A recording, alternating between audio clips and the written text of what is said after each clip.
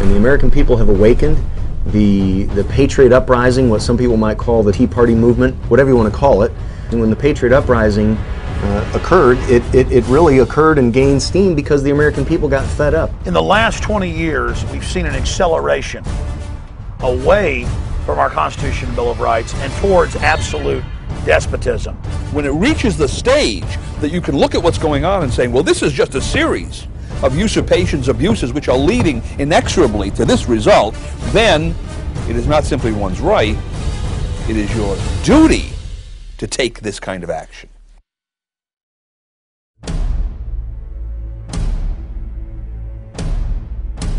And I sincerely hope that enough people have crossed that personal line in the sand where they will join forces with the rest of us so that a small number of us are not required to use force and use of arms. Sheriff, you took an oath to uphold and defend and obey the United States Constitution. When it matters most is now. You mean from now on? The Cartwrights don't fight their own battles anymore? Is that what you're saying? From now on, whenever we get into any kind of trouble, we have to go begging for help? It's not begging, it ain't begging. Well, then what is it if it isn't begging? Because 30 years from now, somebody's going to ask you what you did during the Patriot Uprising. The time when you have to defend yourself from the government is when the law becomes lawless. We're drawing the line in the sand, and we're saying this is our territory. No, absolutely not. I will never take a mandatory vaccination. There might be shooting that day. I'm going to do what I need to do to protect my family. It's up to us to fix the mess.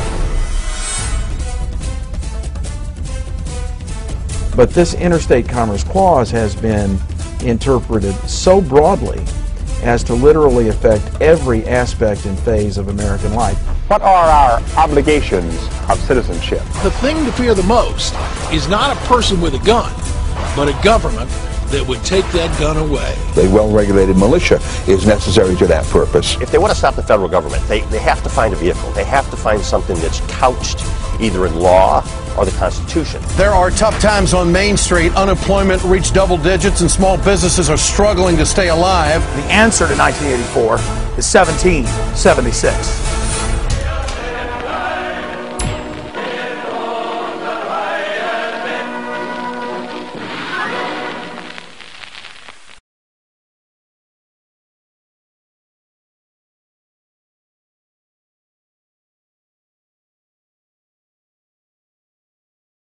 Fox News has confirmed that Northcom has a proposal sitting on the desk of Secretary of Defense Robert Gates that would authorize the military to back up FEMA should there be an H1N1 pandemic. Right now, about 3,000 cases of H1N1 across Florida, about 30 deaths, but the chief of pandemic planning for the state of Florida said things could get a lot worse. In case the government asks FEMA for help, the government will be ready there with the military, we're told. The acting head of the CDC said he fully expects deaths from this infection. We are closely monitoring the emerging cases of swine flu in the United States. And once he declares an emergency, he can authorize non-healthcare licensed personnel, read that to mean police, to vaccinate people against their will. Now, can they force adults to take vaccination?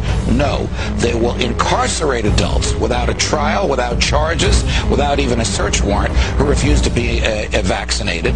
This is obviously a cause for concern and requires a heightened state of alert. There have been 2 more H1N1 related deaths in Rhode Island. 36 children have died from the virus. 76 children have died from the H1N1 virus since April. The government now believes roughly 8 million children have come down with the virus. The infection is spreading. Well, stockpiling vaccines, closing schools, and letting government employees work from home. Prepare, don't panic. They say the best way to prepare is to have your family vaccinated. The vaccine appears to be safe. The Obama administration is considering implementing a new fall vaccination program against the flu. Composed of mercury, and it's been proven to cause not only Guillain-Barré syndrome but also autism. President Obama has now declared the H1N1 virus to be a national emergency. The White House says the president signed this proclamation last night. It will allow medical officials to bypass certain federal requirements to ensure that we have the resources we need at our disposal to respond quickly and effectively. The bill gives the Public Health Commissioner the discretion to respond to an outbreak like the kind going on in Mexico. to close or evacuate buildings, enter private property, isolate or quarantine people. The idea there that we're going to forcibly quarantine people is absolutely absurd. They even allow authorities to forcefully enter the homes of citizens suspected of having the virus.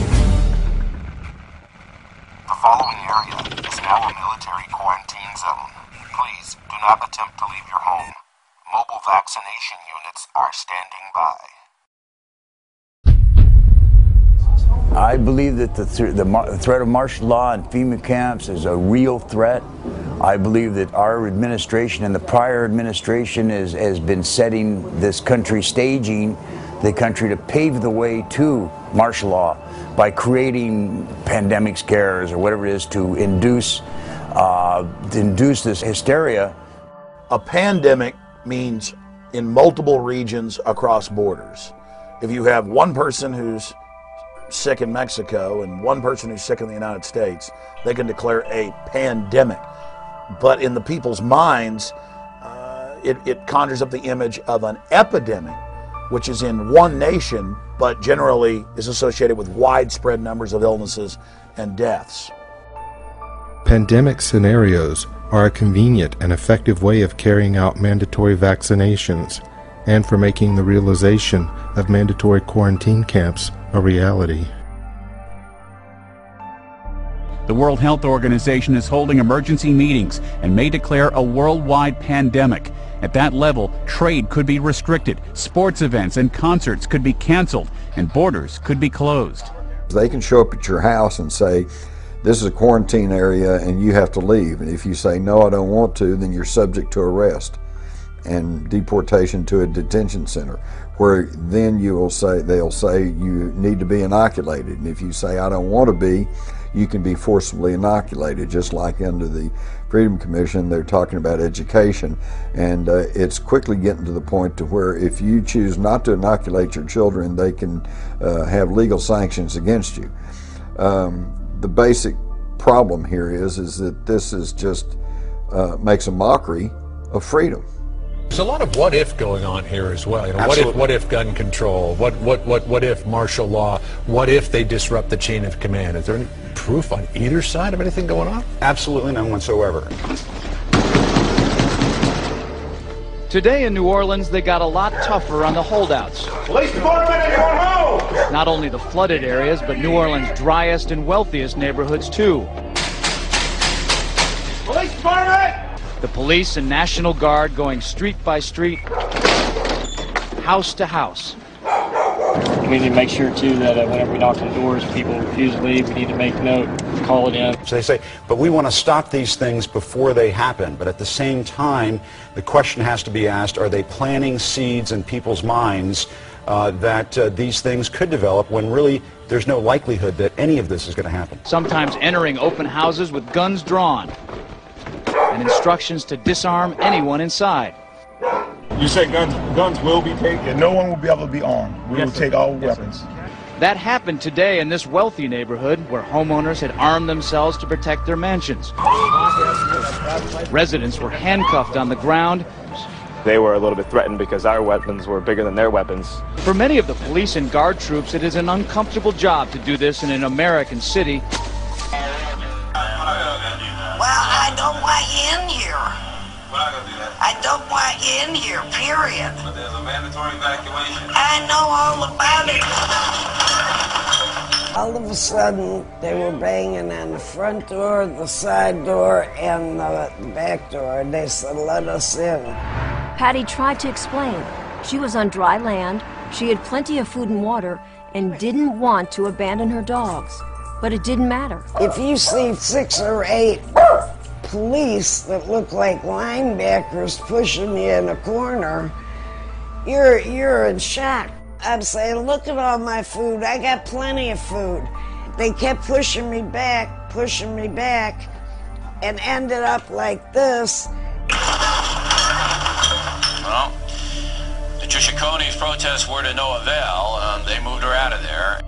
We've activated our National Guard and our statewide fire and emergency services, and we're going to be bringing those in to relieve the city forces as the afternoon goes on.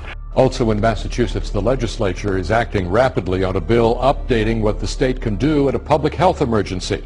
Massachusetts proposing legislation that would allow police to forcefully quarantine residents and even impose martial law without a warrant. The state of Massachusetts, both houses of the legislature have enacted this law, and once Governor Deval Patrick signs it, and he says that he will, it'll become the law, and it will allow him to declare an emergency.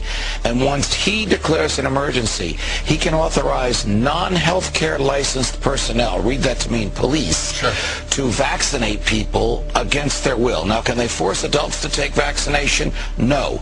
They will incarcerate adults without a trial, without charges, without even a search warrant, who refuse to be vaccinated. This is what the statute authorizes. It also authorizes the statute also authorizes the police to remove children from adults, vaccinate them against the will of the child and the will of the parent. Evacuees are flooding this embarkation center. Now, despite the large number of people and pets, things are running very smoothly. Now, this efficiency can be attributed to a technology solution brought on by Radiant RFID, which uses RFID wristbands and RFID portals. The jurisdiction is able to get an accurate manifest on every single person getting on the bus just by walking them through this simple portal. Pets and critical medical equipment belonging to the evacuees pass through this RFID portal and are immediately added to the manifest as well. Bus loading personnel no longer need to scan each person on the bus with a barcode system like this one, a process that can be consuming when time is of the essence. All right, guys, Armed Ghost 1984 here with you on Monday, June the 29th. I'm cruising down the road, and lo and behold, what did I come across? Look at this bad boy. Woo! How you like that? Brunswick County Emergency Services mass evacuation bus. Are you guys kidding me? Mass evacuation bus. What on earth is this thing all about? The Military Commissions Act, one of the names that went by was H.R. 6166, if I recall. And that was the last Congress in the Bush administration passed that one. And that allowed for Americans to be secretly rounded up with no trial and secretly even executed. And that also had discussion of detention in that legislation. And I remember when that came out, I said, this is, I can't believe that America's involved with something like this. Who knows? Who cares? My thing I don't care is who am I going to ask? Am I going to test it? Am I going to use it on my dog, my kid? That's not the point. I don't care how safe and effective it is. That was not the point. It was to have the government was going to force an elixir inside my flesh without my willing consent. Not going to happen. That is what we fight for every day here at Restore the Republic. We fight to keep all Americans free from forced inoculations. And that is why I co-wrote and produced the film you're watching right now, Enemy of the State, Camp FEMA 2. Hi, I'm Gary Franchi. I'm the National Director of Restore the Republic. Right now, we need your support to continue to fight for freedom in America. Myself and my team have dedicated our lives to this effort, but we cannot do it without you. Your support will enable us to pay the expenses required to maintain our efforts. There are several ways you can make a donation right now. I need you to pick up the phone and call 773-327-5829. If that line is busy, you can call 202-904-2174 and make a donation right now. If you'd like to donate online, you can visit rtr.org/pages/donate. You can also donate by mail. You can make your check or money order out to Restore the Republic and mail it to 3149 Dundee Road, number 176, Northbrook, Illinois, 60062. If you'd like to purchase the film that you're watching right now on DVD, please visit campfema.com. Your generous donation will go to help us with day-to-day expenses to keep our operation going, like rent, server fees, staffing, and utilities. It will also allow us to keep producing exclusive content and covering stories the mainstream media just won't touch with our show, The Reality Report. Let's go back to Enemy of the State, Camp FEMA 2. In 1999, I enrolled in the local police academy, which is put out through Drury University, and it's to get your state certification as a peace officer in the state of Missouri. I graduated from that in the year 2000 and became a state certified peace officer. You know, there's a lot of legal training of what you're allowed to do, what you're not allowed to do. There's many, many hours of that type of training. Of course, there's also your firearms training, hand-to-hand combat training, defensive driving, use of baton, use of shotguns, use of handguns, takedown tactics, domestic violence training, working with DWI and narcotics. I've received training on all of those areas. I was working for one of the local hospitals as a security officer, and my supervisor notified me that there was a training opportunity. A team was being formed with Homeland Security, and they asked me to be part of this team, and so I hoping to get some extra training and also see an insight of what actually was going on with Homeland Security. I accepted the offer and volunteered to be on this team. All they told us that it would be training on chemical, nuclear, and biological terrorism. We've been taught for several years that nuclear, chemical, biological agents and effects are out there by several of our enemies to use at any given time. They showed a lot of slides of police officers or firemen dealing with a chemical fire or dealing with some type of chemical spill. So they would show pictures of bodies, you know, either still alive or dead that had been exposed to different weapons, so that that fear factor started setting in, and they were letting us know that how serious this was. Now to the latest on H1N1 and new figures showing a four-fold increase in its death toll. Well, stockpiling vaccines, closing schools, and letting government employees work from home. Desperate times now calling for desperate measures in the Sunshine State. Florida health officials preparing for 5 million possible swine flu cases. Primarily, our job as law enforcement would be to remove the people from their homes. They told us that there would be usually the city buses or school buses would be brought into the neighborhoods. We would go door to door in teams, and we would evacuate the people from their homes and take them to a decontamination area. They told us that this would be a rough thing for us to do, that we needed to prepare ourselves physically and mentally for the fact that we are removing people from their homes, that a lot of people aren't going to want to go. They may not realize that there's some type of danger out there, they told us, and that it would be for their greater good for us to take them to these decontamination areas for their safety. So we talked about having to actually go door to door, knock on the door, explain to them what's going on, that they need to come with us so that for their safety, so they can be decontaminated because they may already be exposed. And they told us that, you know, people aren't going to want to leave their home, but this is not an option, that once the orders are given that a mass evacuation must happen, it has now become law. If you've been diagnosed with probable or presumed 2009 H1N1 or swine flu in recent months, you may be surprised to know this. The odds are you didn't have H1N1 flu. In fact, you probably didn't have flu at all. We were told that takedown tactics would be necessary. Some of these people will not go willingly. We must take them down. Of course, they brought out, most law enforcement are familiar with the zip tie handcuffs, the plastic zip tie handcuffs, and that's what we would be using because they're cheap and easy to use. And take someone down, handcuff them, remove them out of their home, and place them to the bus that would be awaiting on the street to take them out. They also talked to us about the fact that a lot of homeowners have a weapon in the home, especially in this area. I mean, this is southwest Missouri, so there's a lot of, it's a fairly gun-friendly state, and they warned us about that there's going to be homeowners that may have a gun in the home or may have a gun on their person. So be prepared to use tasers, pepper spray, and possibly even lethal force. But there were 4 of them with rifles and holding on us with our hands in the air until they got in our boat.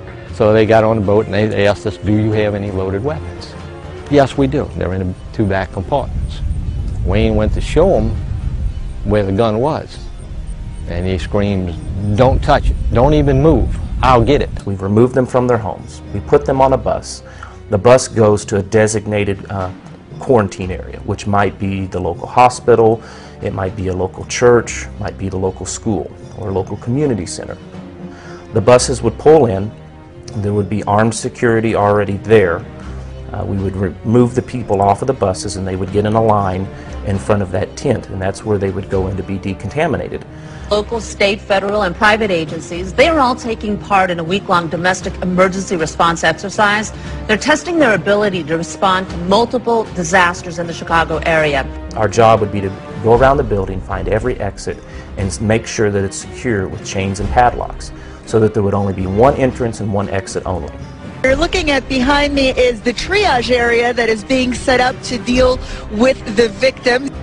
The people get off of the buses, we line them up. Then they told us, and this was the part that really started bothering me, that before they can enter this decontamination area, they must be stripped naked so that they can be decontaminated. And they said that, you know, people are not going to want to do this. It could be snowing outside, it could be sleeting, it could be raining, it does not matter. They must be stripped down naked. An officer on either side of the line, right at the entrance of these tents, armed, ordering someone to remove their clothing. If they did not remove them, they were taken to the ground, handcuffed, and the clothing would be removed by force. So they're stripped down naked, possibly handcuffed, and then it's inside of that tent is going to be like an assembly line of sorts. You've got 2 or 3 different stations. The first one, they come in and they hose them down. Now, everyone working in this, and these are going to be your medical staff and your first responder staff, and they're in moon suits, non-rebreather moon suits. They hose them down. They have large scrub brushes, and this is something afterwards we did in training of how to do this. You'd have a bucket with, you know, soap and water, and they would clean you down. They would go to the, you know, kind of move you down to the next person, and they would rinse you off. Next person would dry you off. And then at the end, you would receive a vaccination. They specifically told us that there would be, most likely in every scenario, there would be vaccinations given, because they don't know what you may have come in contact with. Now, did they go into detail of what that vaccine would be? No, they did not. But they did say that there would be vaccinations, and then they would receive clothing, which most likely would be some type of jumpsuit or hospital-type scrubs like you would see at a jail. They are given those, and then they're escorted inside the building where they will stay. That they would be there until released by the local government, or they would be there until they would be removed to transfer to another more secure facility. They didn't go into detail of what type of more secure facility, but I guess you could use your imagination of what we're talking about. And I'm sitting there and I was trying to figure out, I'm thinking, why the vaccinations? I mean, there could be some things if it was a pandemic virus. Maybe I could see that, but most vaccines need to be given before you're exposed to the virus for them to work. You don't get the flu and then get the flu vaccine. It usually doesn't work that way. It's usually beforehand that you have to get it. But they said several times that at the end of this decontamination line, you would be given a vaccine, you would be given clothing, and then taken into the quarantine area. Under a program sponsored by the Department of Homeland Security, police officers were trained to go door to door, removing people from their homes with deadly force if necessary, escorting the people to school buses, and being delivered to a decontamination area, usually at a school or local church, where the subjects will be hosed down, scrubbed down, given a series of vaccinations, and held prisoner until they can be transferred to a more secure facility. The Department of Homeland Security has these programs embedded in the policing communities across the United States, just waiting for orders to be given. First of all, there is no constitutional validation for rounding people up, detoxing them, mandatory vaccinations, and then sending them to secure facilities. I mean, that whole description is exactly what they did to the Jews during the Holocaust. I mean, we round them up, we, give them group showers. We give them mandatory vaccinations. And, you know, at the end of that tour, you know, they put you in ovens. I mean, waiting until you're walking into the oven, that's too late to complain. You know, if you didn't complain a lot sooner than that, I mean, you lose. Months before the swine flu vaccine was even released, we were receiving reports from across the United States that public schools were forcibly inoculating school children with the seasonal flu vaccine, telling parents it was the law. They're doing vaccinations in the schools, there are clinics in the schools, there are nurses in the schools. When parents went to court, they found out that it wasn't the law, and the schools then backed off saying, oh, it was just an accident.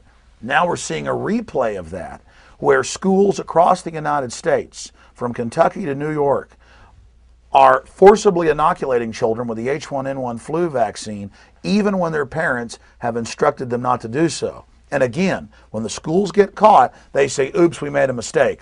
What's happening is, in years past, there's been a massive backlash against the hundreds of vaccines that are being pushed against the population. The Gardasil shot for supposed cervical cancer, the MMR, the rising rates of autism from 1 in 25,000 20 years ago to 1 in 96 today. And so because there is this big backlash, they're hyping the H1N1 really as an excuse to try to set the precedent to forcibly inoculate the population. That's what's really happening here. The main thing that we looked at, all I wanted to know was, can Arizona use legislation in some way to forcibly inoculate an individual resident? You know, that's all I wanted to know. Where is that information? Finally, we did get a call. I got a call at home, as a matter of fact, from a representative from the Arizona Department of Health. And what they said was, they go, yes, there is a plan. And they finally gave me on the net where it was. So I went there and I started looking at it. What they had done is they had a mechanism in place waiting for a declaration of emergency from the federal government.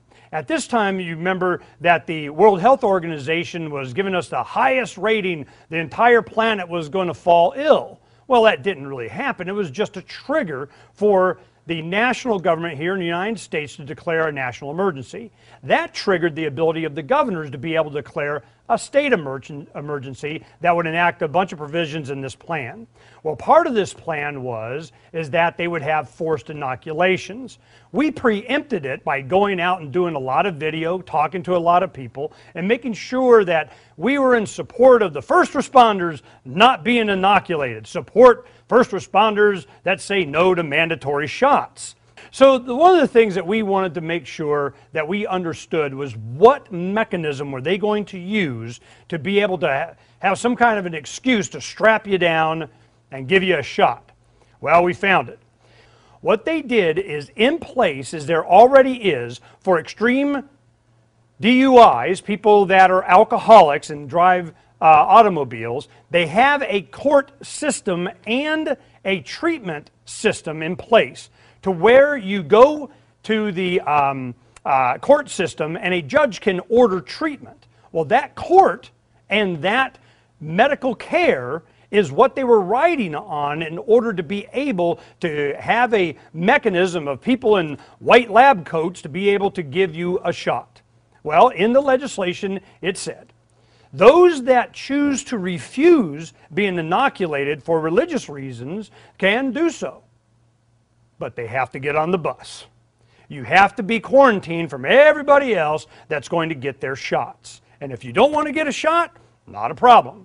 Get on the bus. This gives them the ability, one single unelected official gives the ability to strip you of all of your rights. You can be taken into custody for purposes of treatment or examination. You can be forcibly vaccinated against your will. I mean, the cops would come to your house, take you away, and people would forcibly vaccinate you. You could be put into isolation or quarantine at one of these facilities, and like they said, there's no big sign out front that says FEMA concentration camp. Well, interesting, what else the vaccination could do is they could chip you. They could put in that vaccination, they have chips so small that they can go inside those vaccinations. That could be another thing they could be doing, is saying, oh, we want to give you this H1 vaccination to save you from some disease, but really they're doing is they're chipping you without you knowing it. I don't know about you, but one thing I will refuse is to be chipped. But if you look around today, would you believe that there are actually people volunteering to be chipped? Hi, I'm Gary Franchi. I'm the National Director of Restore the Republic and writer and producer of the film you're watching right now, Enemy of the State, Camp FEMA 2. If you like this broadcast and would like to see more like these, we need your support. Day in and day out, we work very hard to educate and activate Americans to the issues you find in this film. Through our website, through our video reports, our work has reached millions of people, but it will not continue without your support. There are several ways you can make a donation right now. You can pick up a phone and you can call 773-327-5829. And if that line's busy, you can call 202-904-2174. And people are standing by right now to receive your donation. If you'd like to donate online, please visit rtr.org/pages/donate. You can also donate by mail by sending a check or money order to Restore the Republic, 3149 Dundee Road, number 176, Northbrook, Illinois, 60062. If you'd like to purchase the film that you're watching right now on DVD, you can visit campfema.com. Please consider helping us to cover the expenses associated with producing this kind of content and providing an online home to over 27,000 activists. Again, visit rtr.org/pages/donate to make your donation right now. Enjoy the rest of the film, Enemy of the State, Camp FEMA 2. There's a lot of people out there that may be critics of the Marines actually doing training in American cities, you know, the posse comitatus question and that type of thing. What are your thoughts on house-to-house gun confiscation, or if the Marines would ever have to do that in America? I really don't want to speculate on that. That's I'm a corporal in the Marine Corps. Posse comitatus applies to law enforcement, and that's not something that the Marine Corps is in the business to do. We are America's 911 force in readiness, especially in the 26th MU. We train on American soil in order to prepare ourselves to deploy into the rest of the world.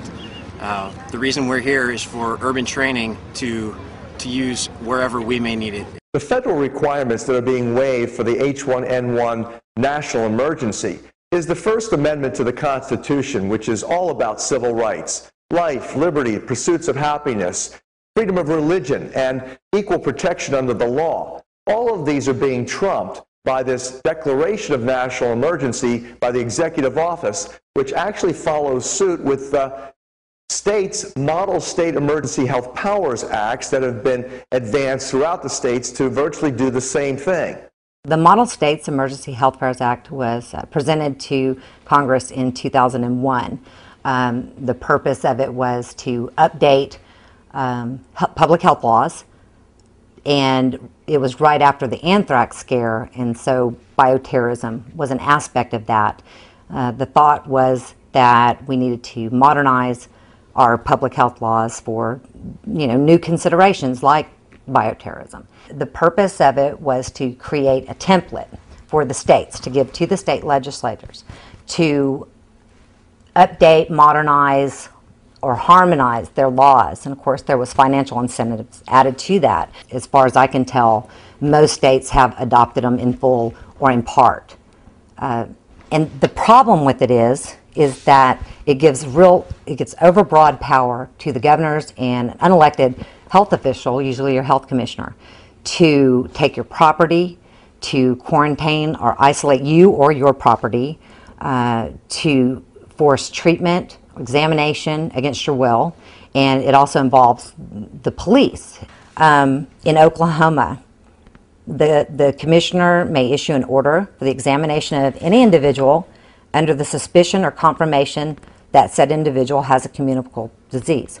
So in other words, on one man's word that he suspects you have a communicable disease, you can be taken in and examined against your will, and then it goes to treatment.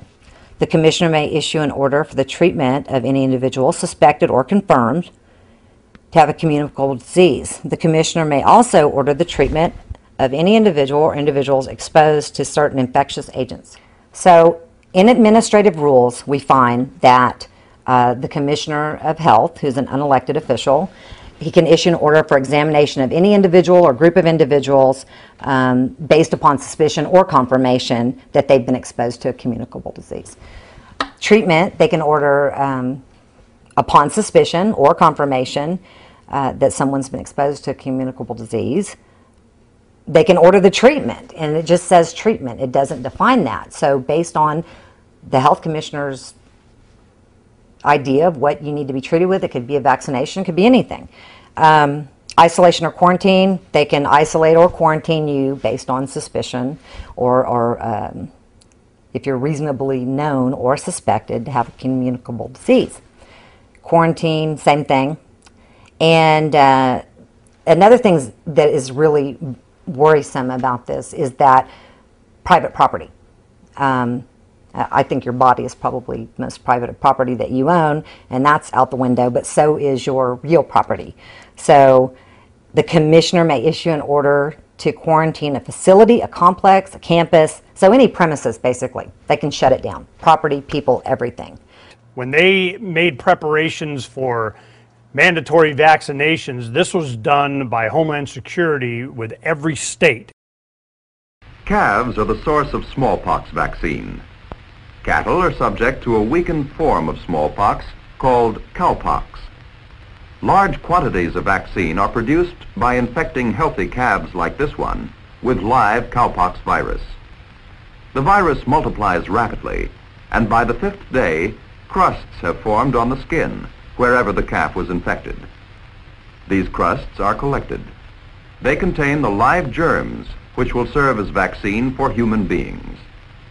Glycerin is added as a preservative and to provide a vaccine in fluid form. From this mixture, individual doses of the vaccine are prepared. The vaccine may be supplied in a capillary tube like this and applied directly to the skin from the tube. The feds were already quietly hyping the fear in local governments in January of 2009, 4 months before the outbreaks began in Mexico. But even in Mexico, you only had a few deaths. Why was all this fear being generated by the mainstream media? The Obama administration declared a public health emergency after 40 cases of swine flu were confirmed. This is obviously a cause for concern and requires a heightened state of alert. And the U.S. has started to test a swine flu vaccine on children and adults. There's a bit of a rush to test a new flu vaccine. Now, like you said, about 12,000 children in Oklahoma are going to be tested with this vaccine to see what the side effects are going to be. And like you said, here in the United States, we call that being a guinea pig. They basically use the scare tactic, which I call the Chicken Little theory. The Chicken Little theory is the sky is falling. They keep saying the sky is falling, the sky is falling. And the media, which is part of the problem, because the media is basically a spokesperson for the U.S. government. It tells the people whatever they want to hear. And the government basically uses the Chicken Little theory by telling the media, this is what's going to happen, this is what's going to occur, and then the people get scared. They say 36 children have died from the virus in the United States. 7 of those children under the age of 5. The average age, 9 years old. 76 children have died from the H1N1 virus since April, including 19 in the last week alone. We've learned that there have been 2 more H1N1 related deaths in Rhode Island. Today's numbers are about 4 times higher than what the CDC reported just 6 days ago. The government now believes roughly 8 million children have come down with the virus. In addition to the 540 who have died, 36,000 have been hospitalized. The Centers for Disease Control this past week quadrupled its estimated H1N1 flu virus death toll to roughly 3,900. More than 4,000 Americans have died after coming down with H1N1. U.S. public health officials say they are now moving forward aggressively, preparing for this flu epidemic to become much more severe. The acting head of the CDC said he fully expects deaths from this infection. All of the media hype and fear-mongering that we've seen worldwide associated with the pandemic of 2009 2002 with the H1N1 novel flu virus has been completely unwarranted. The regular seasonal flu kills over 36,000 people according to the CDC. There had only been a few deaths in the United States when a worldwide pandemic was announced. So you have to ask yourself, why all the hype? We're just hearing from CDC officials. Dr. Ian Schuchat said that they are seeing a decline in the number of H1N cases on the national level. In short, only a small fraction of cases that doctors flagged as most likely to be swine flu actually tested positive for swine flu at state labs. The vast majority of the cases were negative. A 4-year-old Rochester boy is recovering tonight after nearly dying after being vaccinated for H1N1. Now, the Centers for Disease Control says the H1N1 vaccine, like any medicine, could cause a serious allergic reaction. We've taken no shortcuts in terms of safety, and we're rigorously monitoring for any potential problems with the vaccine. You know, during this H1N1, it started, that's one of the powers of the internet and information. We started finding out that around the world, we were having all kinds of problems, including, you know, almost impossible to sabotage labs that were sending out vaccines that had stuff that it wasn't even possible for them, those factories, to be able to put in there without sabotage or intent. What was the intent? We had third world countries that did the old school way. They were testing their vaccines on animals. They died. They went, whoa, wait a minute, wait a minute, wait a minute.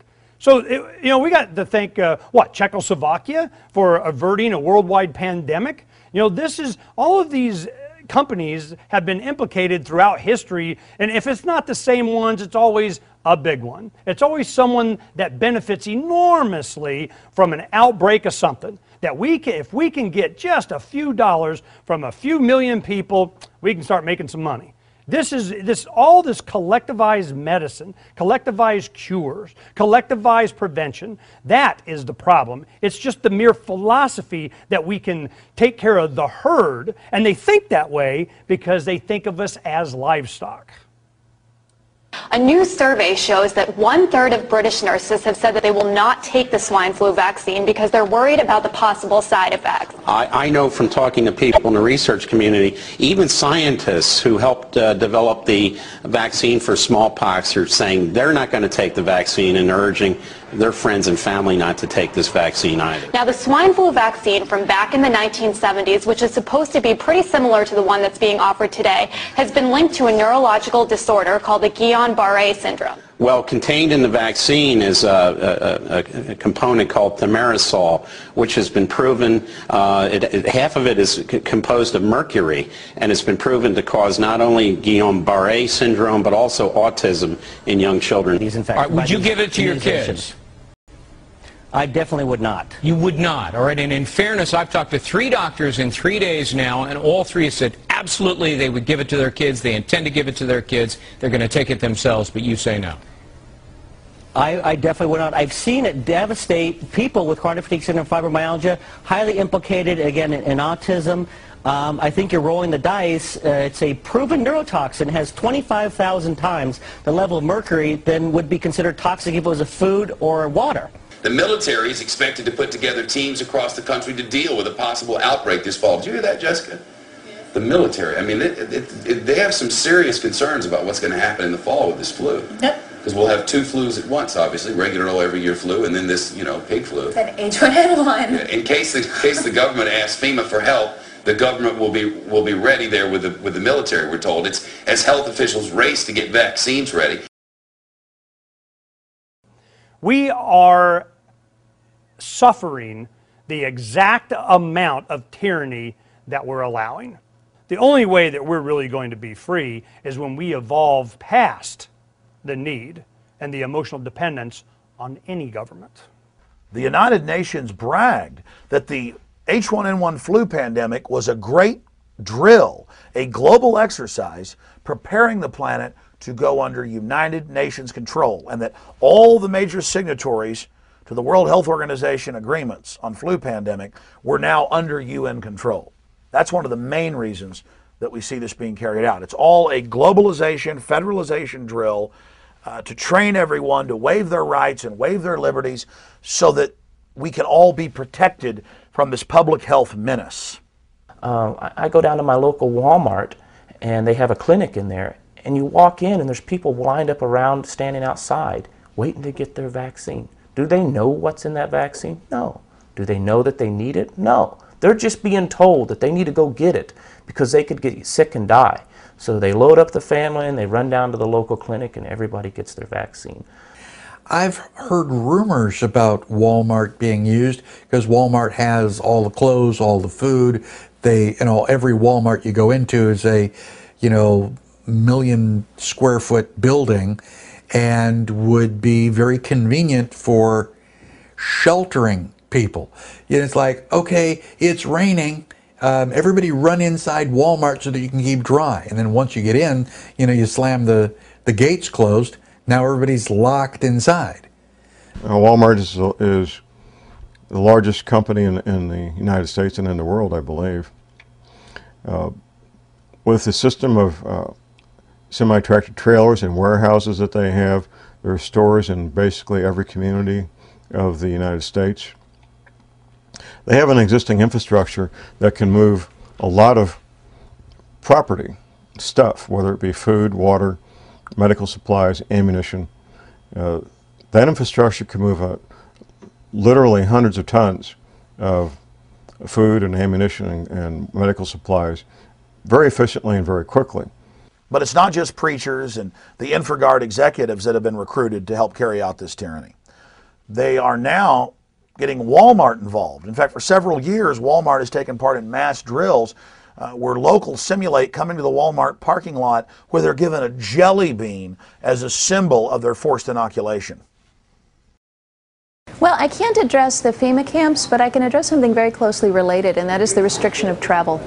And in my research, which really began with looking into toll transponders being used on cars and has now expanded into looking at how tolls are being very specifically used together with information or with planning for a potential epidemic to actually create choke points, to create borders of states where there would literally be no leaving a state. A state could be locked down, where we may actually be moving to a plan in the future where crossing the border from, say, New Hampshire into Massachusetts would be akin today to crossing the border from America to Canada.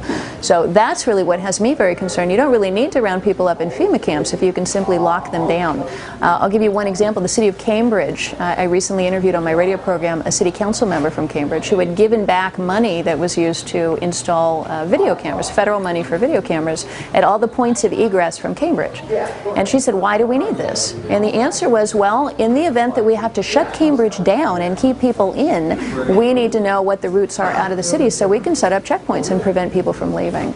If I have the United States government telling me that there's an enormous threat, either a bacterial, alien invasion from Alpha-Sin, whatever, that there is war, imminent war, missiles coming, details at 11, and they are going to use anything they can to put me into a state of mind that I am willing to go to some camp, that I'm willing to be relocated, that I'm willing to be taken from my home forcibly, then they're the bad guy. It's very important to understand that when you see Barack Obama or Merkel of Germany or Brown of Britain come out and announce that their countries are under an emergency, that is done in accordance with the United Nations.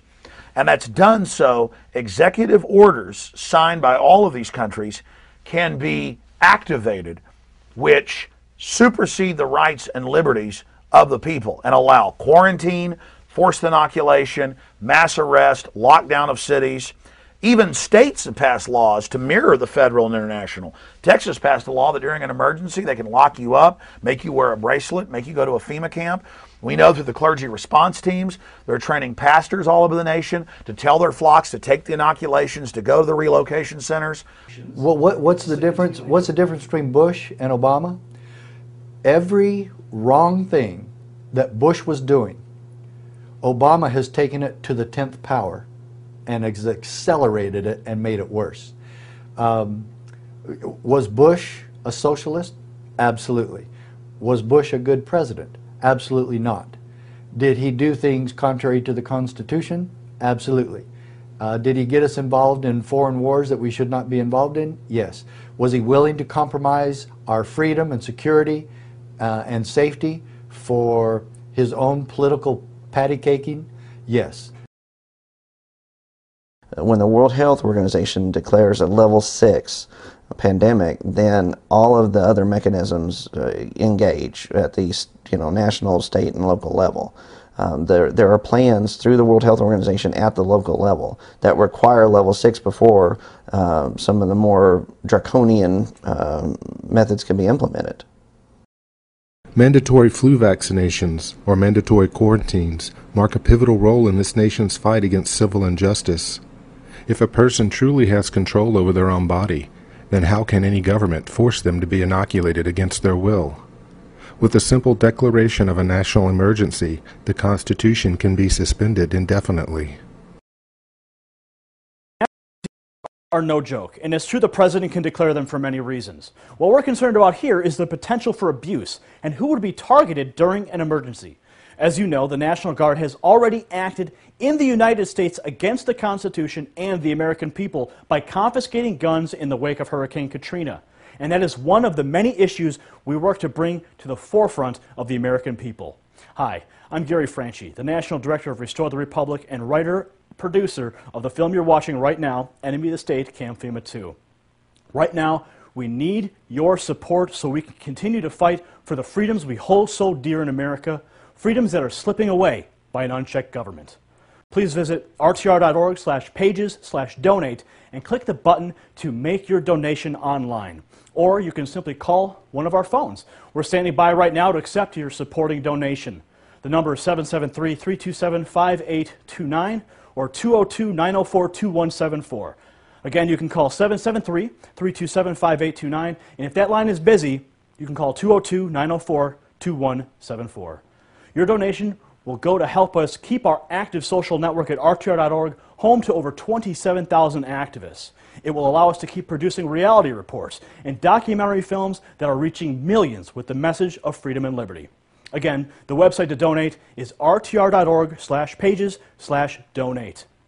If you'd like to own the DVD of the film you're watching right now, you can own it for only $14.95 by visiting campfema.com. Enjoy the rest of the film, Enemy of the State, Camp FEMA 2. I work over in this area, and it's an industrial park, so there's not many people around. One day I'm driving around and I see, hundreds of people walking down the sides of the road, and I was trying to figure out what was going on. Well, we ran into a police officer, and he said that they had evacuated people from Hurricane Gustav and were housed there at the Lucent building. They all had their little bracelets on and stuff, and I guess if they weren't in by a certain time, they got locked out. So, and they had the portable bathrooms in there. They had the gate where they locked them in at night and kept everybody else out. For decades, there's been discussion about FEMA detention facilities and how they could be utilized. It was unclear how anybody could be rounded up because it was, assumed that everybody would resist on a mass scale. Well, now we're starting to see scenarios where people would actually demand that their friends and neighbors be rounded up. This is a new virus. It has skipped from one animal species to another. This has a little bit of bird, a lot of pig. It's in humans. It is new to most Americans. It is going to cut a swath through those who have no immunologic memory for it. What I worry about is that there's enough distrust of the American government, and people are trillioned out and numb over the Wall Street thing, and they're going to look at Big Pharma and go, please, just another way to make a buck, and they're going to go, don't tell me what to do. You had the H1N1 vaccine that was fast-tracked, skipping all but the most preliminary tests of safety and effectiveness, while at the same time, the U.S. Secretary of Health and Human Services signed a document that gave legal immunity to the vaccine manufacturers and officials alike. Under the provisions of a 2006 law for public health emergencies, vaccine makers and federal officials will be immune from lawsuits that result from any new swine flu vaccine. Then the mainstream media is reporting that the military is prepared to assist civilian authorities. The military is expected to put together teams across the country to deal with a possible outbreak this fall. Fox News has confirmed that Northcom has a proposal sitting on the desk of Secretary of Defense Robert Gates that would authorize the military to back up FEMA should there be an H1N1 pandemic. The proposal comes from Northcom Commander Victor Renoir, who wants permission to set up 5 regional military teams who will respond if FEMA says it needs help. The plan called for military task force to work in conjunction with FEMA You know, at the same time they're going through all these training scenarios where military and law enforcement are facing angry citizens. There is no proof that the government is building detention camps around the country. Then about the same time you had scientists, health officials, law enforcers, first responders, and other experts that gathered to discuss pandemic response at the International Swine Flu Conference. The World Health Organization is holding emergency meetings and may declare a worldwide pandemic. Some of the breakout sessions included topics such as psychological issues, like unwillingness to follow government orders. And the Constitution says the police can't break into your home, and the police can't take your children away from you, and parents decide what medication the children get, not the government. Then in Oklahoma, we found that there are administrative rules that say that you can be forcibly vaccinated against your will. Basically, it says that you can be taken immediately into custody and for the purposes of treatment or examination. And once he declares an emergency, he can authorize non-healthcare licensed personnel, read that to mean police, to vaccinate people against their will. So this means that you and your family can be forcibly vaccinated against your will, all on the orders of a single unelected official, the health commissioner. This completely bypasses all checks and balances. Subsequent sections address the issue of isolating people at home, hospitals, or alternate facilities. Well, Andrew Griffin from RedDirtReport.com here in Oklahoma went looking for answers from the Oklahoma State Department of Health. He spoke to Larry Weatherford, and when asked about alternate facilities that would be utilized, Larry stated the old Lucent Technologies building in western Oklahoma City, where Hurricane Gustav evacuees were housed. Well, the Lucent Technology building is located in western Oklahoma City. It's a huge, huge building, lots of open warehouse space, almost completely surrounded by barbed wire fence with secured gates that have guard shacks beside them.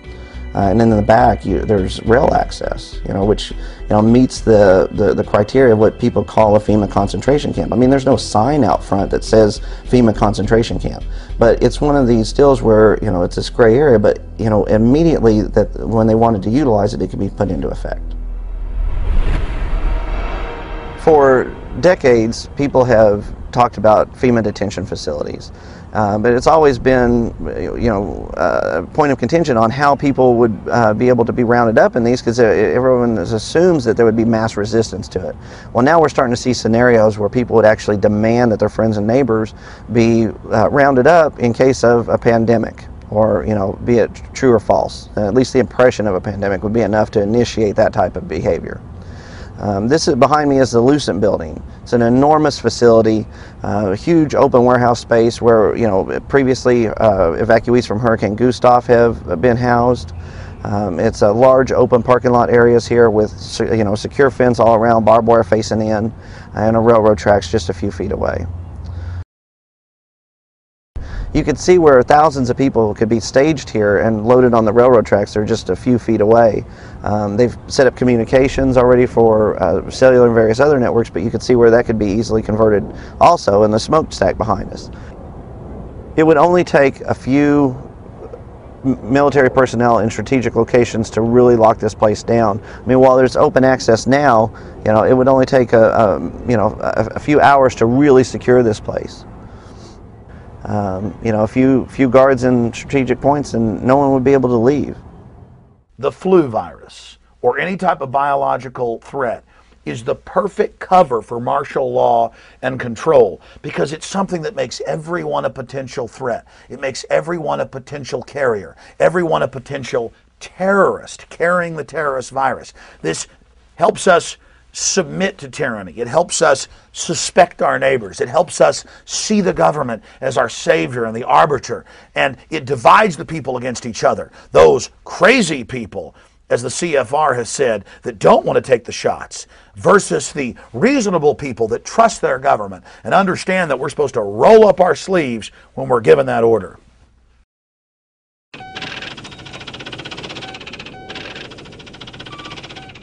I don't know if it's true, but I've been told that 3 days without food, your neighbors are willing to steal from you. And 6 days without food, your neighbors are ready to kill you. Well, if we create the economic collapse and just wait for a week, we're going to have rampant theft, rampant, assault and murder. And, well, heck, that's clearly an excuse for the government to step in and reestablish law and order. The problem is they're reestablishing their law, their order, where they are in control, and any of us that, disregard a direct order are now shot and killed. When the economy first started to crash, we knew what was going to happen. There was going to be a government bailout, just like they did in the savings and loan scandal in the late 80s, early 90s. Here in Arizona, we took a hit. We could see the same thing was going to happen. We had really hot real estate. We had the bubble was inflated as much as it could go. They were building more homes than they had people that would even go look at them. There are many triggers to institute expanded, unconstitutional, federal and international control. And chief among those is an economic collapse. We already saw that in October of 2008 when the Congress wouldn't vote for unlimited money to be given to the very same private banks that had orchestrated the crisis. Secretary of the Treasury at the time, Paulson, went before a closed session and threatened them that martial law would be declared if they didn't submit to what J.P. Morgan Chase and Goldman Sachs were doing. Many of us were told in private conversations that if we voted against this bill on Monday, that the sky would fall, the market would drop 2,000 or 3,000 points the first day, another couple thousand the second day, and a few members were even told that there would be martial law in America if we voted no. And now they're back to their same old tricks again, saying there's going to be a complete economic meltdown if you don't give us even more power and allow the very banks that engineered the last crisis power over all other financial institutions. As a senator, Obama supported the nearly $1 trillion Bush TARP program, which gave money to insolvent banks and Wall Street businesses. When his administration took over, Obama ushered in his own $1 trillion America Recovery and Reinvestment Act, 28% of which has been set aside for entitlements. This act was supposed to save our economy by stimulating the economy, creating jobs, and rebuilding infrastructure. Yet the financial crisis has not yet been averted. The housing markets have not recovered. Unemployment still hovers close to 10%, and according to recent figures, those living in poverty in the United States of America is expected to be nearly 15%, a figure not seen since the 1960s. While our nation's debt and gross domestic product are nearly the same percentage, the Obama administration preyed on the fears of many and forced yet another $1 trillion piece of social legislation through Congress. The Affordable Care Act will force the people of the United States to purchase health care or be fined for not having it. From my point of view, it's the health care, the Obama plan, mandatory health care. If you don't have health care, you're going to be given a $1,000 fine. And for me, one of the scariest aspects is mandatory vaccinations. I worked in a cattle ranch for a period of time, and every year, well, twice a year, we would get all the cattle, and we would give the cattle mandatory vaccinations. And the analogy was not lost on me. You know, the government wants to treat us like cattle, wants to line us up, and wants us to take these vaccinations whether we need it or not. The way you get Americans into camps, you can't do, roundups won't be successful like they were in World War II Germany, where they first disarmed the Jews and then did whatever they wanted with the Nazi soldiers. They had an easy time rounding them up. Here you can't do that, because if you get people shooting back, it's you know, and the word gets around this is going on, it's going to be unsuccessful. So probably in America, you'll need to have an ultra-massive economic collapse to coax people to persuade them to come into the camps. That would be so economic hardship is the way to do that. If people are starving and have nowhere to go, the tent city will not sound as good to them as a FEMA camp. The economy being in shambles, so many people being unemployed, has left a lot of people hurting, frustrated, angry, and looking for a reason why they are in the place they're in. In addition, I think that a great many people out there are very angry over things like the bank bailouts, the bailout of the auto industry.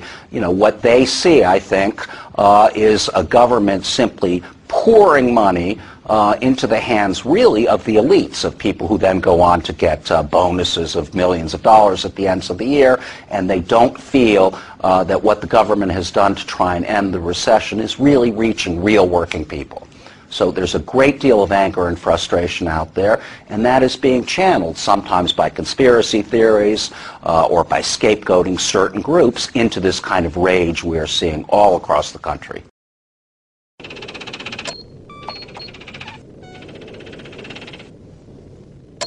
The most sickening aspect of this whole Homeland Security system is the fact that over 1,200,000 Americans are on the no-fly list. No judge, no jury, no witnesses. You don't know how you got on the list. You can't get off the list. It's the benchmark, the hallmark of a tyranny, that there are secret lists for dissidents. In spring of 2010, the Southern Poverty Law Center posted reports called Rage of the Right and Meet the Patriots on their website. Meet the Patriots profiles 40 individuals that the Southern Poverty Law Center sees as being at the heart of the resurgent patriot movement.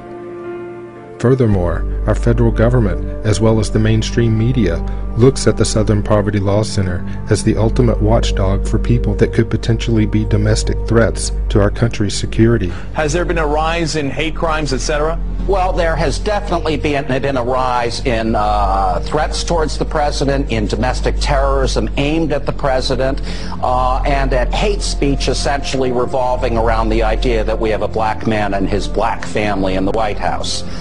So that's undeniable. I mean, we've seen skinhead assassination plots, a guy who wanted to set off a dirty bomb at the inauguration, and a whole long list. Many of the cases you mentioned, like the man who murdered 3 officers in Pittsburgh, were also influenced by this anti-Obama atmosphere. In his article about the Southern Poverty Law Center, Chuck Baldwin states that the information and reports disseminated by Southern Poverty Law Center wind up in police reports and bulletins all over the United States, pointing out that the Southern Poverty Law Center probably played a big role in the infamous February 2009 MIAC report.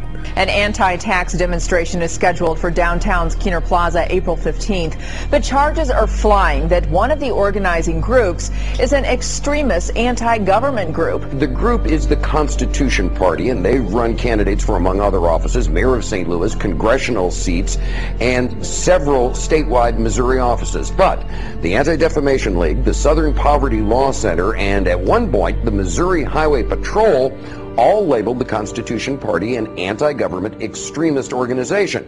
I think we'd consider it a fringe right-wing political party that we consider to have extremist roots. Last month, the Missouri Highway Patrol issued an intelligence report warning local Missouri law enforcement to keep an eye on radical organizations, and those included the Constitution Party. Several of those named in the 2 reports are veterans, former law enforcement officials, politicians, and even a couple of Fox News personalities. These are interspersed with a handful of independent journalists, including film producer Gary Franchi and militia members. In their spring 2010 intelligence report, the Southern Poverty Law Center claimed to have identified 512 patriot groups. The report states that being categorized as a patriot group doesn't make them an advocate of violence or hate, yet the Southern Poverty Law Center, a group of self-confessed national hate watchers, was quick to claim these groups are anti-government extremists. Founded by Morris Dees and Joseph Levin in 1971 for the purposes of ensuring the rights of minorities, the Southern Poverty Law Center claims to be an organization dedicated to fighting hate and bigotry and to seeking justice for the most vulnerable members of society. What would the Southern Poverty Law Center hope to gain by naming and profiling individuals in their Meet the Patriot report? Top-ranked Baldwin, Franchi, and others wonder about the possibility that the Southern Poverty Law Center is a front organization for Big Brother. These patriots are in the forefront, fighting for this nation's constitutional rights. The Southern Poverty Law Center seems bent on demonizing any American citizen or group who feels that the federal government is not adhering to this country's ultimate law, the Constitution. That FEMA, for instance, is running a secret series of concentration camps in order to imprison Americans, or that President Obama is secretly planning re-education camps for our children. Those kinds of ideas, certainly not in all cases, but in some percentage of cases, drive people to feel that they have to defend their kind of freedoms, their liberty, at the point of a gun. The Southern Poverty Law Center labels patriots as people who generally believe that the federal government is an evil entity that is engaged in the secret conspiracy to impose martial law. Specifically, where do you get proof, aside from some isolated incidents, that this is a growing trend across the country? Sure, fair enough question. I don't think it's at all isolated. We've got not only reports, all kinds of evidence of these groups actually doing training in the woods as they did back in the 90s. Completely overlooked by the Southern Poverty Law Center is information published in an article in the now-defunct Radar magazine. In the article, The Last Roundup, is government compiling a secret list of citizens to detain under martial law. Christopher Ketchum reports that the Continuity of Government program encompasses national emergency plans that would trigger the takeover of the country by extra-constitutional forces. In short, it's a roadmap for martial law. No one knows very much about the Continuity of Government program. Representative and Homeland Security Committee Chairman Benny Thompson and committee member Pete DeFazio sought to review the documents, but were denied, pressing DeFazio to go public, stating, "Maybe the people who think there's a conspiracy out there are right." Ketchum also talks about MainCore, a database that a knowledgeable source says contains information on 8 million Americans. Specifically, Ketchum quotes his source as saying, "The database can identify and locate perceived enemies of the state almost instantaneously. In the event of a national emergency, these people could be subject to everything from heightened surveillance and tracking to direct questioning and possibly even detention." Resurgent patriots understand that the definition of a national emergency remains rather vague. According to Department of Defense documents and past executive orders, it could be as simple as riots or natural disasters, to the more complex insurrections or nationwide opposition to a U.S. military invasion overseas. Resurgent patriots are also concerned with the warrantless electronic surveillance and spying programs, during which the federal government bypassed existing laws to data mine the communications of American citizens on U.S. soil. This information, along with information from other sources, gives the so-called resurgent patriots and patriot groups credibility, plausible reason for concern, and paints a sinister picture of the Southern Poverty Law Center, an organization out not to protect the most vulnerable members of society, but to suppress, degrade, and list anyone who openly questions the federal government's actions. The Southern Poverty Law Center is not out to protect people in the South who are poor. Their goal is to marginalize and label films like this and people like me for speaking out against abuses of power and for having a desire to see our Constitution and Republic restored. Hi, I'm Gary Franchi, Patriot number 9 on the Southern Poverty Law Center's Patriot Hit List. I'm also the National Director of Restore the Republic and writer-producer of the film you're watching right now. Every day we are under attack, whether it's from groups like the Southern Poverty Law Center or our own government, who is passing draconian legislation that removes constitutional protections. We need your support right now to fight these attacks. We don't have big banks or godless corporations to support us. We rely on the heart and soul of good Americans like you. There are several ways that you can make a donation right now. I need you to pick up the phone and call 773-327-5829. If that line's busy, call 202-904-2174 and make a donation right now. If you'd like to donate online, you can visit rtr.org/pages/donate. You can also donate by mail by sending a check or money order to Restore the Republic, 3149 Dundee Road, number 176, Northbrook, Illinois, 60062. If you'd like to purchase the film that you're watching right now on DVD, please visit campfema.com. We need your help to cover the expenses associated with producing this kind of content and providing an online home to over 27,000 activists. Again, visit rtr.org/pages/donate to make your donation right now. For the rest of the film, Enemy of the State, Camp FEMA 2. Another controversial report and more damage control from the Department of Homeland Security. The same department that issued a report suggesting returning war veterans were susceptible to extremist groups, also issuing what it calls the, quote, Domestic Extremism Lexicon, end quote. It's like a dictionary with definitions for various extremist or terrorist groups and some definitions. Here's an entry: anti-immigration extremism.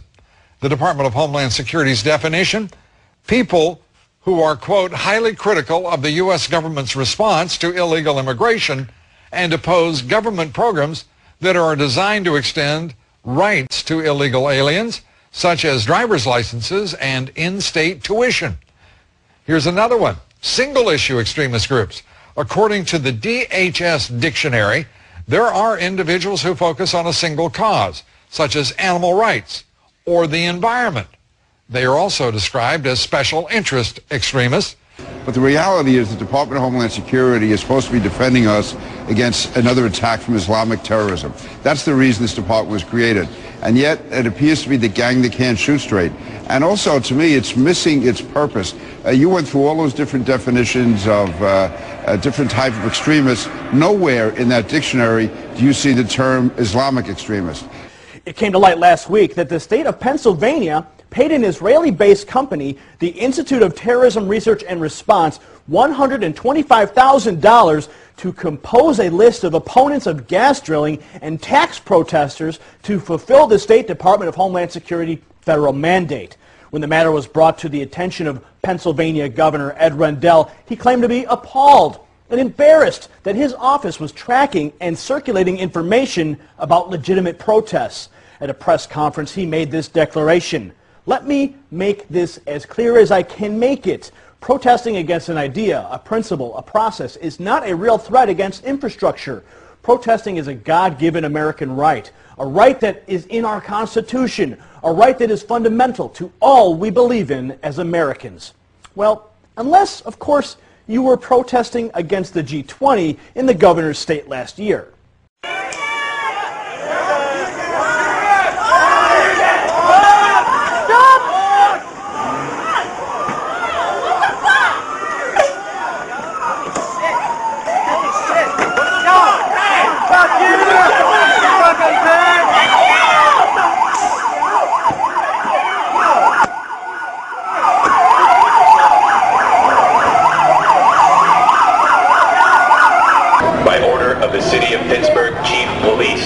I hereby declare this to be an unlawful assembly. I order all those assembled to immediately disperse.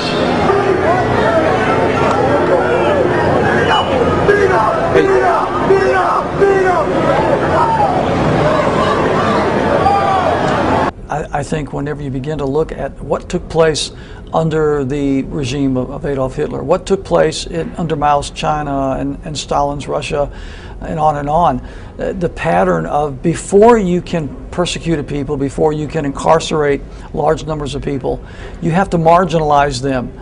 You have to create the image that these people are dangerous to society, or they're extremists or radicals, call them what you will, but marginalize them from the mainstream of society so that at that point the rest of society will accept the persecution that might result upon this group.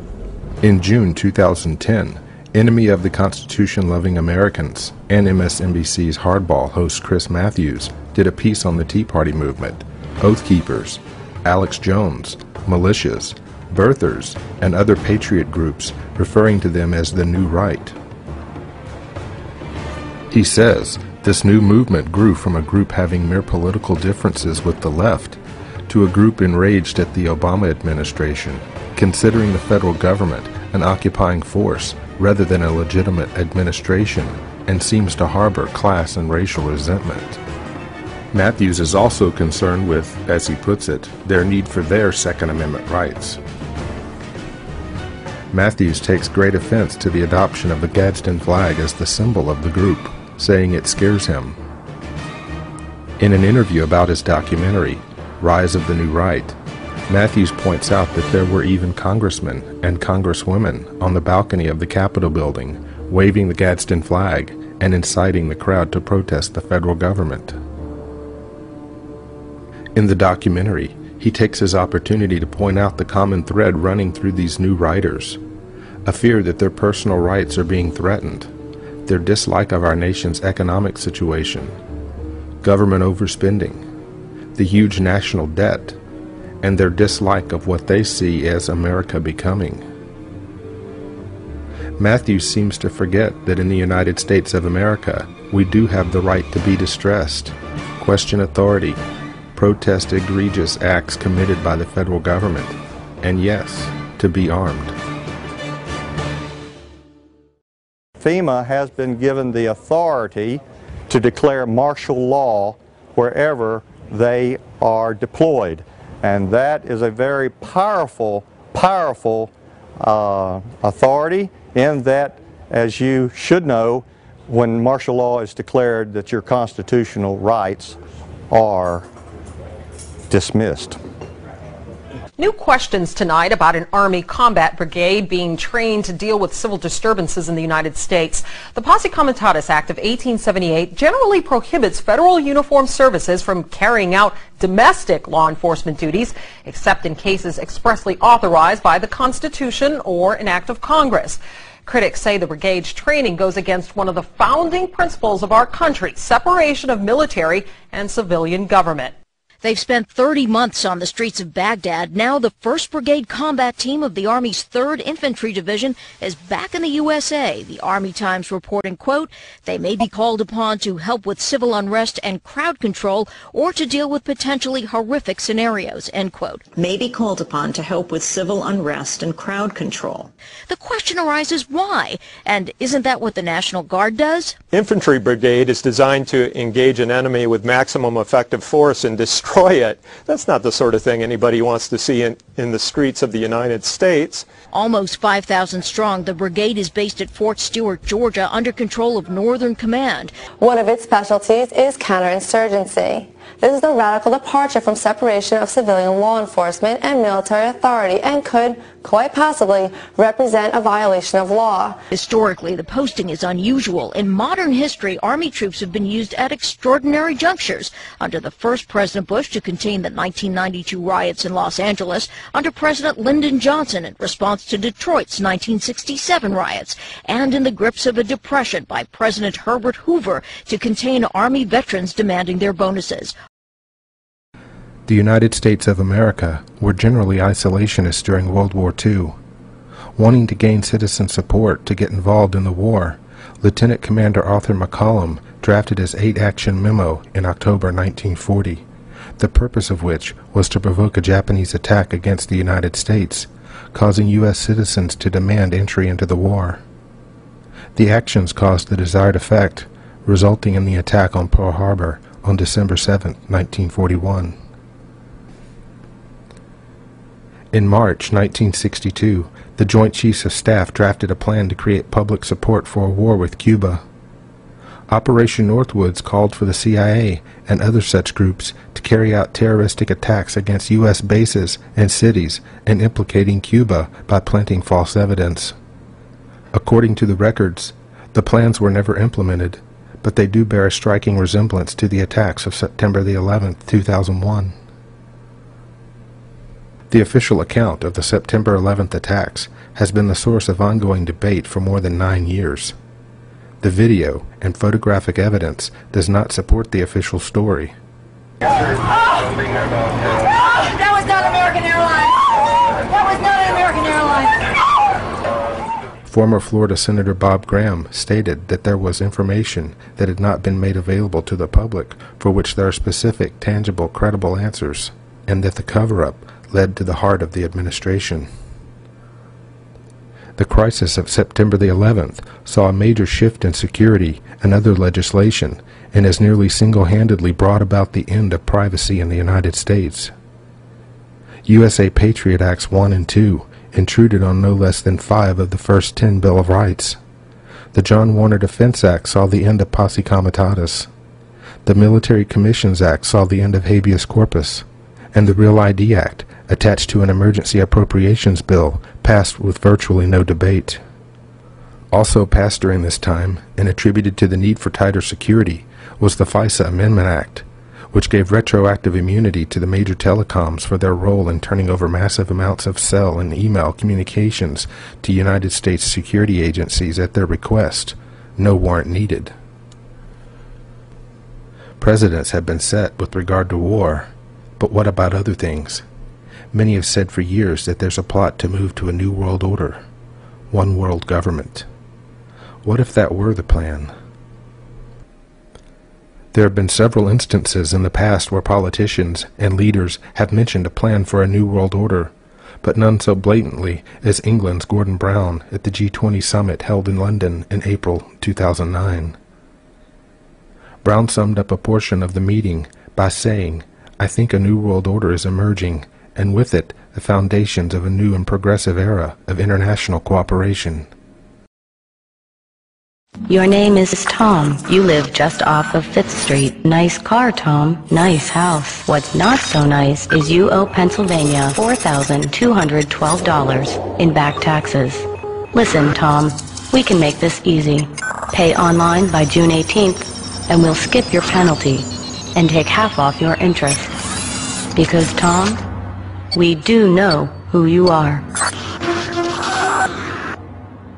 It's not a stretch of the imagination. In fact, it's already beginning to happen where people are being given RFID chips so that we can, scan you. Now, they always try to present a good reason for doing that. Well, we'll have your entire medical history. If you fall down unconscious, the doctors will know who you are, what drugs you're allergic to. They'll be able to treat you more efficiently because they have all this information. Well, the opposite is also true. If the government has all this information on you, they can also manipulate you by the use of that information.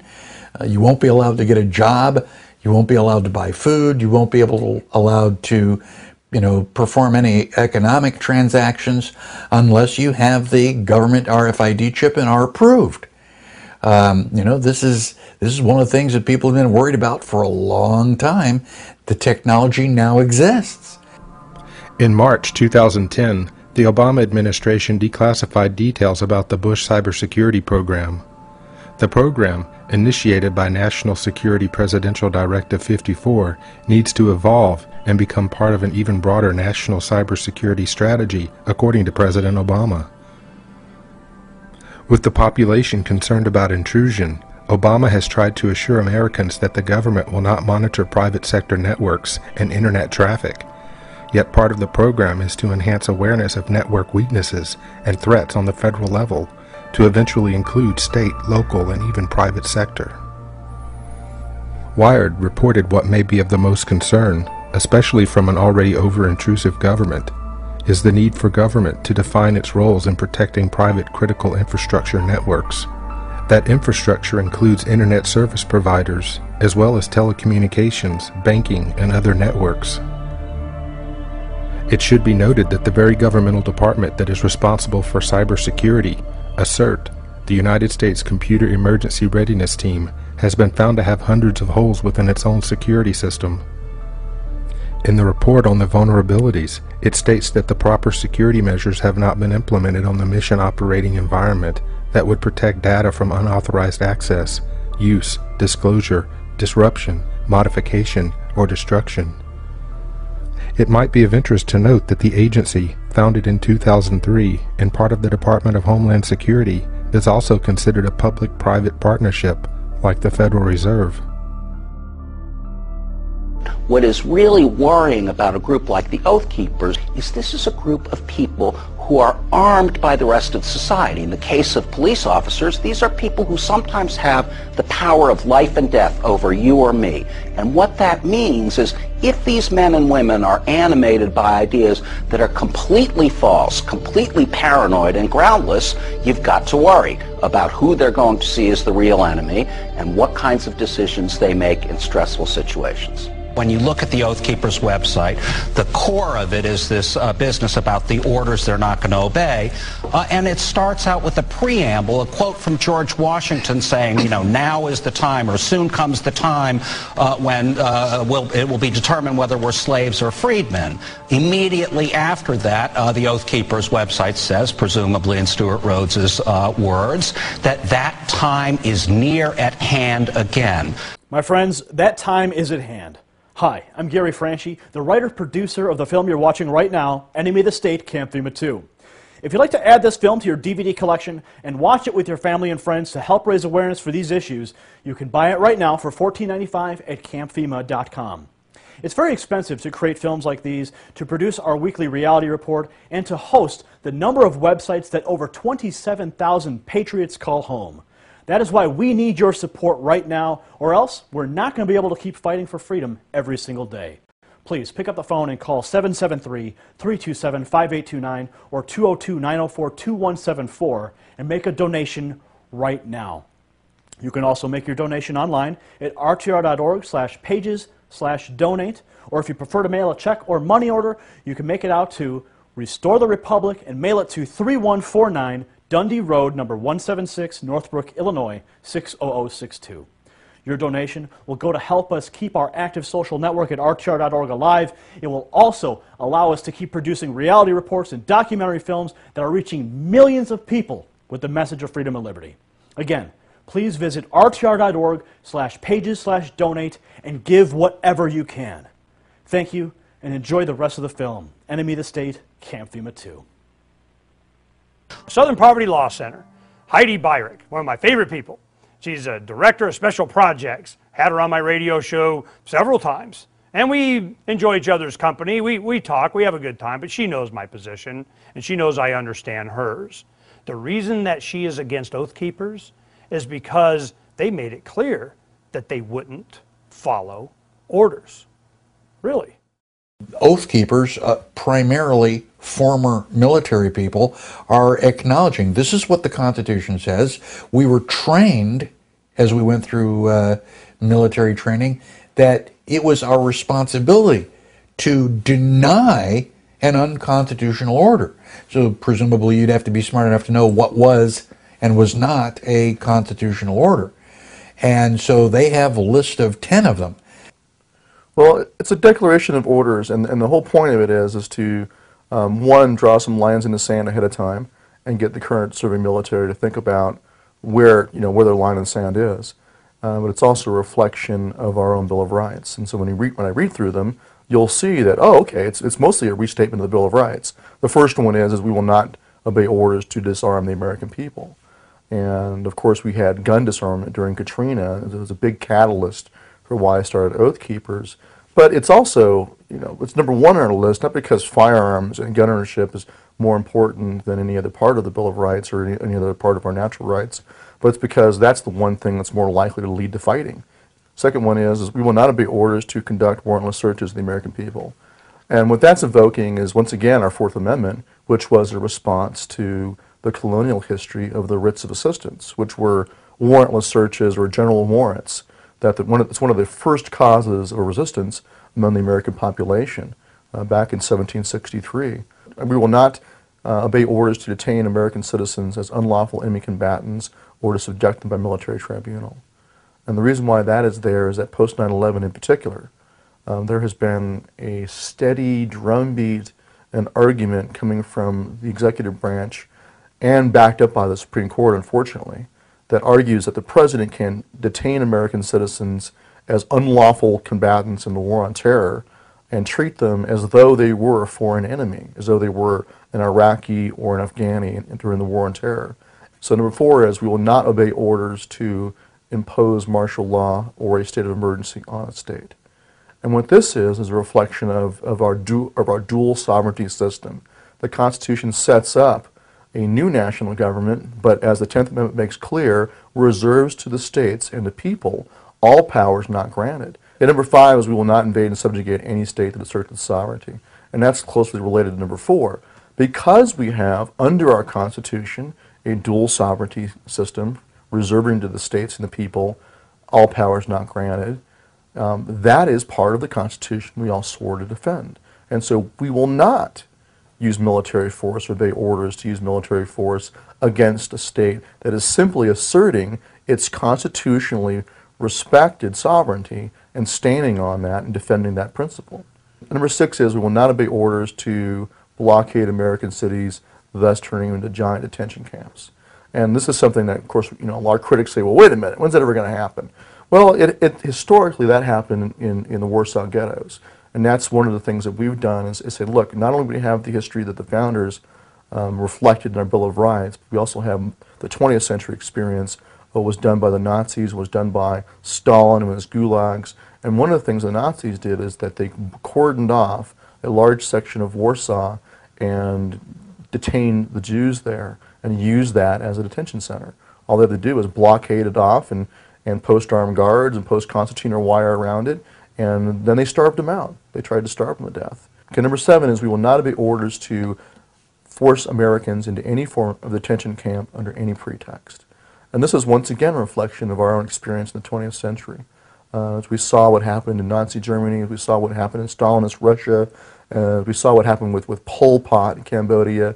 You had people who were forced into detention centers. And even in our own history, the sad history during World War II of American citizens of Japanese descent being rounded up, over 100,000 of them were interned in detention camps in California, Arizona, Oregon, and Washington State.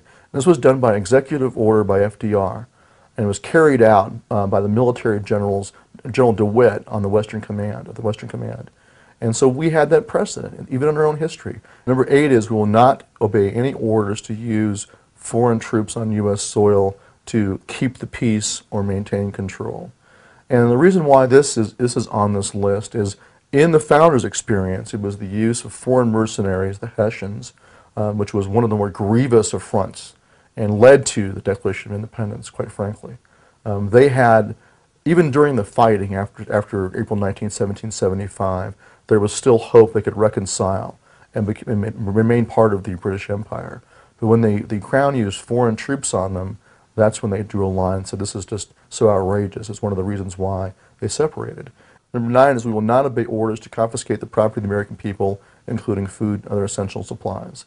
And once again, this is a recognition and reflection of the fact that denial of food has been used as a weapon in warfare for thousands of years. It's also a reflection of the asserted authority of the president to confiscate property and confiscate food. There's been many executive orders since the Cold War that assert this supposed power of the president to go and seize industries and seize supplies. And even had Truman seizing the steel mills during the Korean War, as it actually happened. And that was ruled unconstitutional by the Supreme Court only because Congress had expressly declared that he couldn't do that. But it left open, wherever Congress has not said no, it's left open, an open question about whether a president can do these things. And so it almost affirmed that he can, under some circumstances, go and seize entire industries. Number 10 is we will not obey orders to infringe on the people's right to assembly, to freedom of speech, freedom of association, and freedom of religion, which is simply a reflection of our First Amendment protected guarantees of our rights to assemble and petition government for redress of grievances and freedom of speech and assembly. These are every bit as important as anything else. And even though it's number 10, it's as important as number 1. If you don't have freedom of speech and assembly, then you no longer have any peaceful recourse whatsoever for correction of government abuse. We have quite a few who have joined. Out of 10,000 current members we have right now, a fair number are active duty.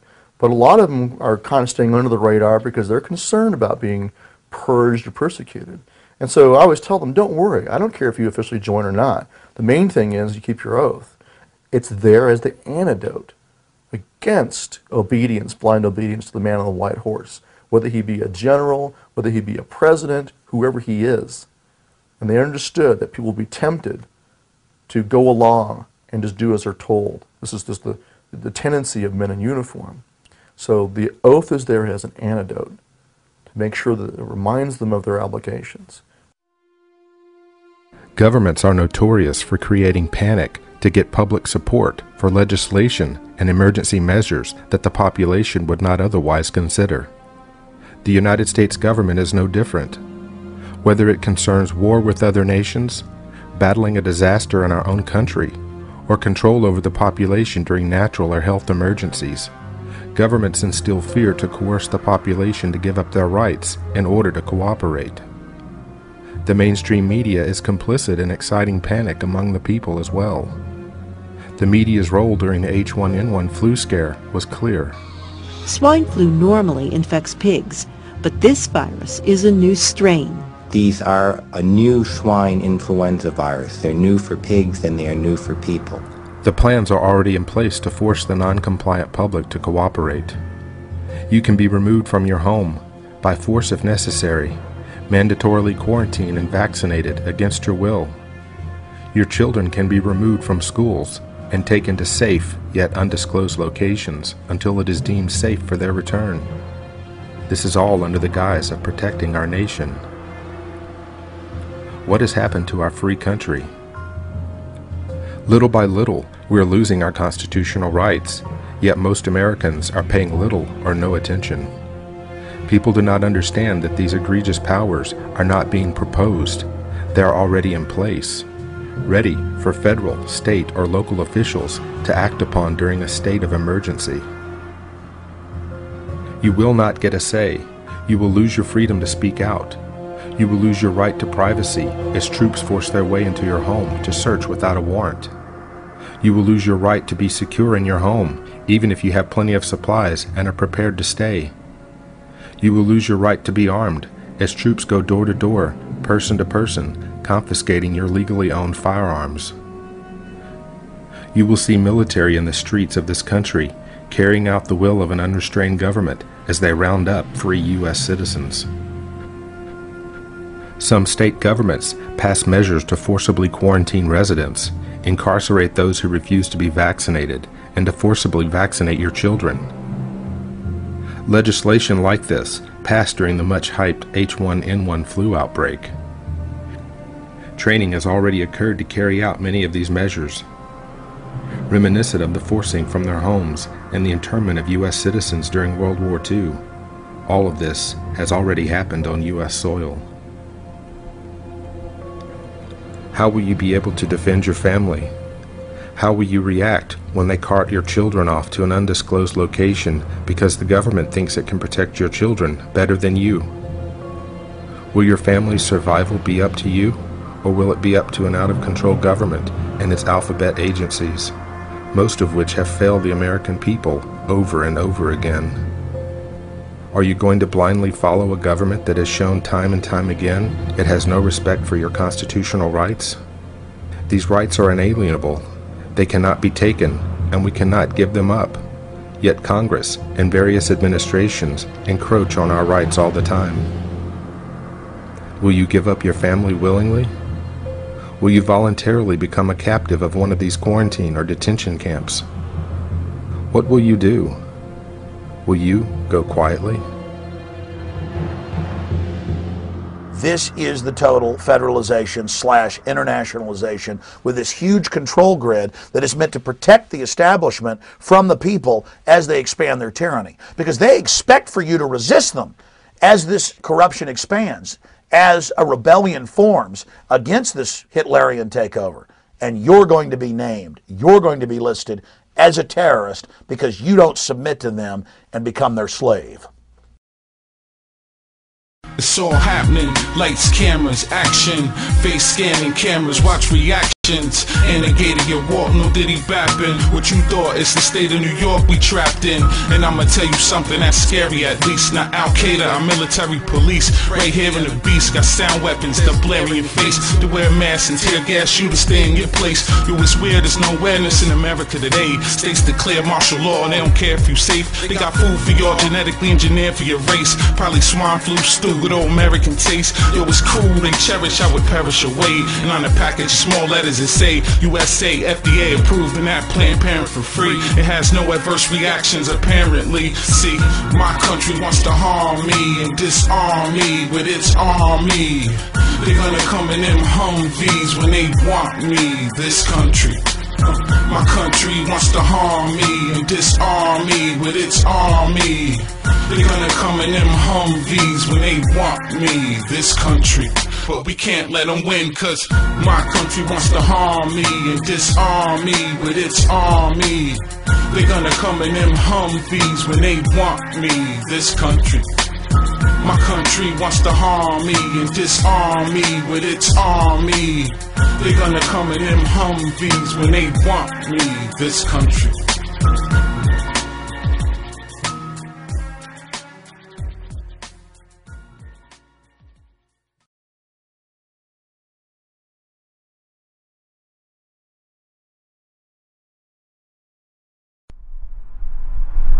And the American people have awakened.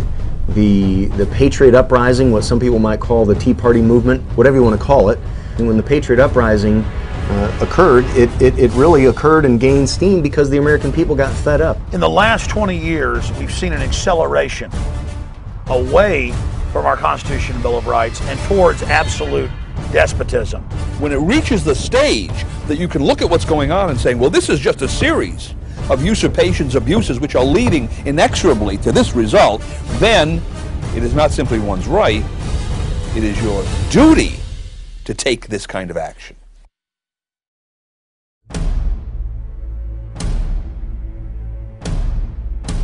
And I sincerely hope that enough people have crossed that personal line in the sand where they will join forces with the rest of us so that a small number of us are not required to use force and use of arms. Sheriff, you took an oath to uphold and defend and obey the United States Constitution. When it matters most is now. You mean from now on? The Cartwrights don't fight their own battles anymore? Is that what you're saying? From now on, whenever we get into any kind of trouble, we have to go begging for help? Not begging, it ain't begging. Well, then what is it if it isn't begging? Because 30 years from now, somebody's going to ask you what you did during the Patriot Uprising. The time when you have to defend yourself from the government is when the law becomes lawless. We're drawing the line in the sand, and we're saying this is our territory. No, absolutely not. I will never take a mandatory vaccination. There might be shooting that day. I'm going to do what I need to do to protect my family. It's up to us to fix the mess. But this interstate commerce clause has been interpreted so broadly as to literally affect every aspect and phase of American life. What are our obligations of citizenship? The thing to fear the most is not a person with a gun, but a government that would take that gun away. A well-regulated militia is necessary to that purpose. If they want to stop the federal government, they have to find a vehicle. They have to find something that's couched either in law or the Constitution. There are tough times on Main Street. Unemployment reached double digits and small businesses are struggling to stay alive. The answer to 1984 is 1776.